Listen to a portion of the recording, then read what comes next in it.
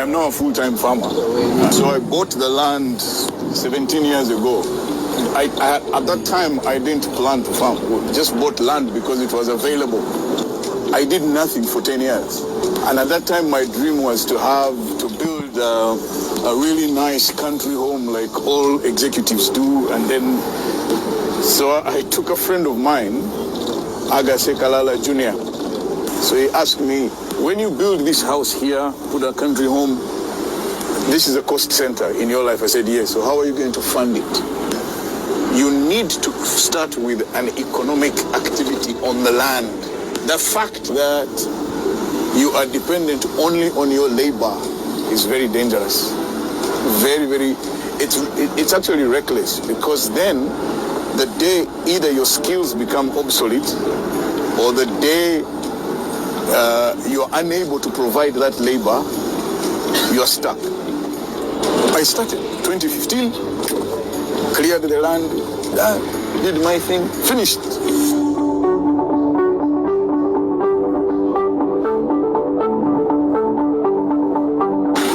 So my farm starts here and goes up that way.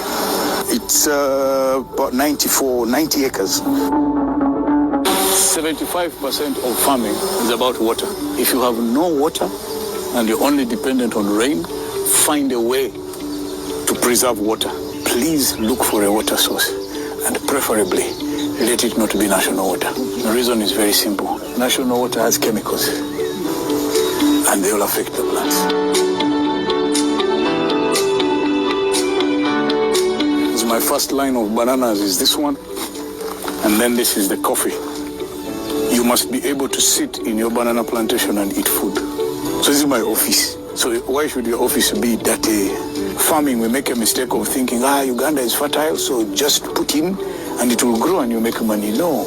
Every single time you chop a bunch of matoke, you've taken nutrients out of the soil. You need to replace them. After you have finished planting pits and everything, you'd never take a hoe back into a banana plantation. You use a fork. Now, banana roots, you can see they're very exposed. If you use a hoe to do anything, it will cut the roots. So the fork will go in between the roots. Then we dig trenches for two reasons. One, eventually we're going to use them for irrigation, but also we stop storm water from taking all the nutrients to the valley. So then we also slow down the flow of water. So if you look, there are like rat holes in there. This is the method by which water is delivered underwater. The thing you struggle with to maintain is the lines. Matoke travels, it's a nomad. So another thing we do, we walk through to look for disease. Then we deal with it. The worst disease for bananas is banana wilt. So coffee or any farming is about basically three things. One is field management. Second is plant management. Third is harvest management. Where are you getting your planting materials? Make sure it is a UCDA certified nursery. And if you're dealing with Robusta, get planting material called CWDR, coffee wilt disease resistant variety.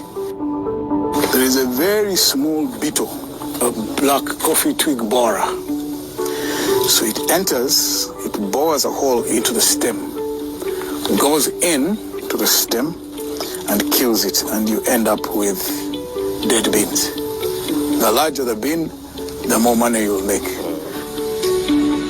This cow dung, we take the other side, and this one we bring it here. It's processed immediately. Once that pit is full, we take it out, apply it. The gas is used here for cooking.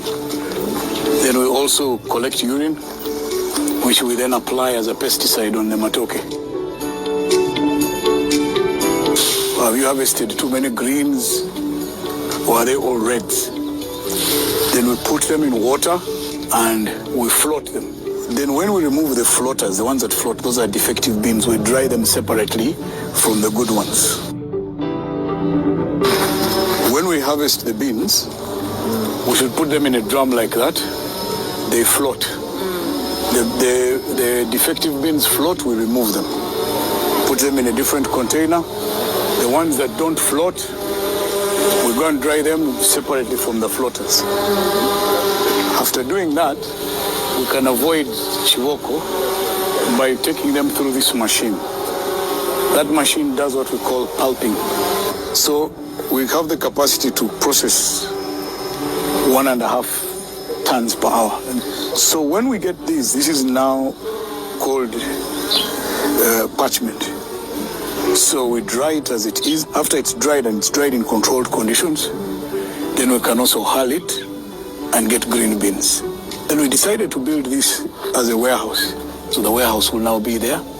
Here we'll put a hulling machine, then the export grade processing machine in there. Then we will not just be farming coffee, we'll also start buying coffee from other people and processing it and doing exports.